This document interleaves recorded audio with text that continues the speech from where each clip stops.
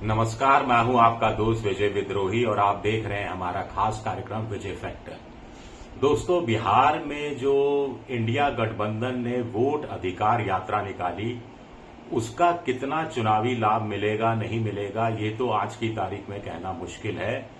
लेकिन एक बड़ी चीज ये हुई जो गठबंधन के साथियों के लिए बहुत जरूरी होती है कि तेजस्वी यादव, राहुल गांधी, दीपांकर भट्टाचार्य ये एक साथ 10-12 दिन रहे तो एक दूसरे के प्रति अंडरस्टैंडिंग बढ़ी, एक दूसरे को समझने की शक्ति और बढ़ी और अब इसका असर सीट शेयरिंग पर देखा जा रहा है।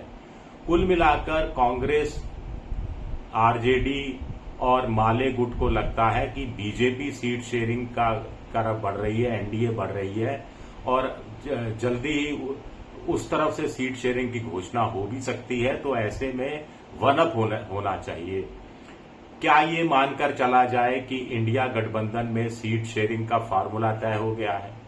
सूत्र तो यहां तक कह रहे हैं कि कांग्रेस जितनी भी सीटों पर चुनाव लड़ेगी वो कहानी अलग है, लेकिन अभी 37 सीटें तो कांग्रेस के लिए तय अभी से कर दी गई हैं और इन 37 सीटों में से 17 सीटें ऐसी हैं जहां वो पिछली बार भी जीती थी और 20 ऐसी सीटें हैं जहां पर कांग्रेस को अच्छा खासा वोट मिला था, नंबर 2 की पार्टी और कहीं कहीं नंबर 3 का पार्टी भी रही थी।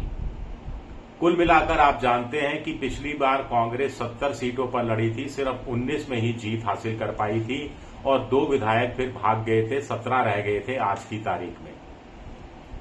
इस बार कांग्रेस वोट अधिकार यात्रा से उत्साहित होकर कह रही है कि 70 सीटें तो दे दीजिए। इस पर लालू प्रसाद यादव और तेजस्वी यादव का कहना है कि देखिए 70 तो मुश्किल है, 50-55 पर आप एग्री हो जाइए, 50-55 तक हो जाएगा और इसमें से ज्यादातर सीटें आपकी पसंद की दे देंगे। सूत्र बता रहे हैं कि कांग्रेस मोटे तौर पर इस पर सहमत हो गई है। कांग्रेस का ये कहना है कि साहब गठबंधन अगर चुनाव लड़ता है तो कांग्रेस का डिप्टी चीफ मिनिस्टर होगा, इस बात का ऐलान पहले कर देना चाहिए। इस पर तेजस्वी यादव का कहना है, माले का भी कहना है, ये ठीक नहीं रहेगा। अभी तो यही संदेश जाना चाहिए कि मिलजुल कर चुनाव लड़ना है, मिलकर चुनाव लड़ना है, मिलकर चुनाव जीतना है, उसके बाद ही चीजें देखी जाएंगी। अब राहुल गांधी से एक प्रेस कॉन्फ्रेंस में अररिया में पूछा गया था कि तेजस्वी तो उनको 2029 का प्रधानमंत्री पद का उम्मीदवार बता रहे हैं, तो आप तेजस्वी को मुख्यमंत्री पद का उम्मीदवार क्यों नहीं बता रहे? तो राहुल गांधी गोलमोल कर गए थे। सिर्फ इसीलिए गोलमोल कर गए थे क्योंकि रणनीति यही बन रही है कि किसी को चीफ मिनिस्टर, किसी को डिप्टी चीफ मिनिस्टर घोषित नहीं किया जाएगा फिलहाल के लिए, एन वक्त पर देखा जाएगा। तो एक बड़ा बदलाव सोच के स्तर पर यह देखने को मिला है। दूसरा, आरजेडी की तरफ से सूत्रों के अनुसार कांग्रेस तक ये मैसेज दिया गया है, माले गुट को भी ये मैसेज दिया है कि खुद आरजेडी जो पिछली बार 140 प्लस सीटों पर लड़ी थी, वो मुकेश सहनी के लिए कुछ सीटें छोड़ना चाहती है, उनको भी एडजस्ट करना है। तो ऐसे में वो 140 से कम सीटें लड़ने के लिए भी तैयार हो सकती है। तो ये एक तरह सा दबाव है कांग्रेस पर कि आप भी ज्यादा सीटें मत मांगिए। जहां तक माले गुट का सवाल है तो पिछली बार 19 सीटें उनको दी गई थी, 19 में से 13 सीटें माले गुट जीता था, सीपीएम माले, और बहुत सारी सीटें ऐसी थी जहां उसने अपना वोट ट्रांसफर करवाया था। गरीब है, दलित है, लाल झंडा से जुड़े हुए मजदूर वर्ग के लोग हैं, ठीक ठाक तादाद में उनके वोटर बहुत से विधानसभा सीटों पर हैं।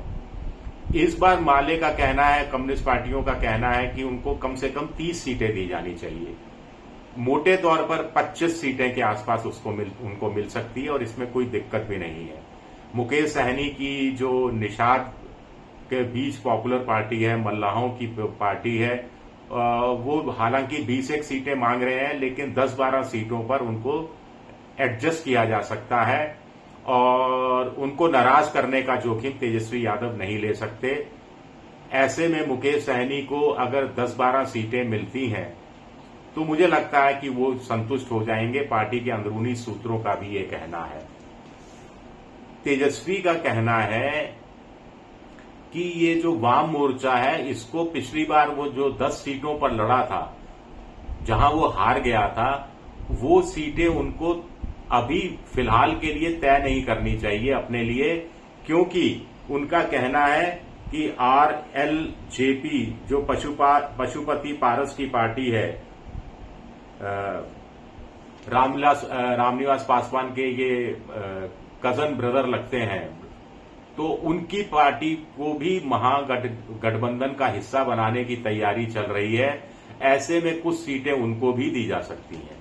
हेमंत सोरेन झारखंड मुक्ति मोर्चा के अध्यक्ष, वोट अधिकार यात्रा का समापन हुआ था तो बाकायदा आए थे, और बिहार का ही हिस्सा कभी झारखंड हुआ करता था, और झारखंड में भी जनता दल RJD, माफ कीजिएगा, राष्ट्रीय जनता दल लालू की पार्टी चुनाव लड़ती रही है।